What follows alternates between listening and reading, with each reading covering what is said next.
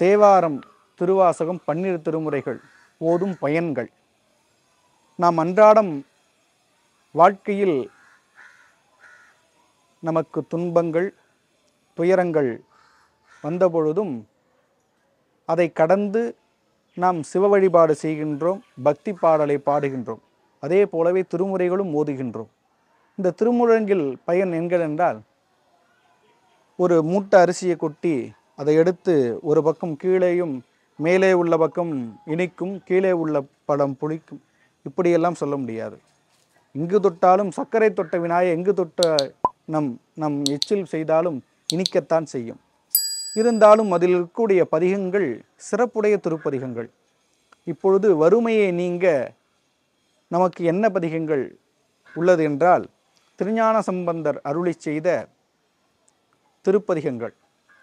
வாசி தீரவே காசு நல்குவீர் என்ற திருப்பதிகம். இது திருவீழுமிழலையில் திருஞான சம்பந்த பெருமான் அருளி செய்தது. இந்த பதிகத்தை பாடினால் நம் பணப்பிரச்சனையானது நீங்கும் என்று. அதே போலவே இடரினும் தளரினும் எனதொரு நோய் என்று திருஞான சம்பந்த பெருமான் திரு ஆவடுதுறை என்ற திருத்தலத்தில் அருளி செய்திருக்கின்றார். இந்த 2 பதிகமும் ஓடினால் நமக்கு பணவரவானது கிடைக்கும், கடன் தொல்லை நீங்கும் என்று ஆண்டோர்கள் சான்றோர்கள் சொல்லியிருக்கின்றார்கள். இந்த பதிகம் அவ்வளவு சிறப்புடைய திருப்பதிகமாக விளங்குகின்றது.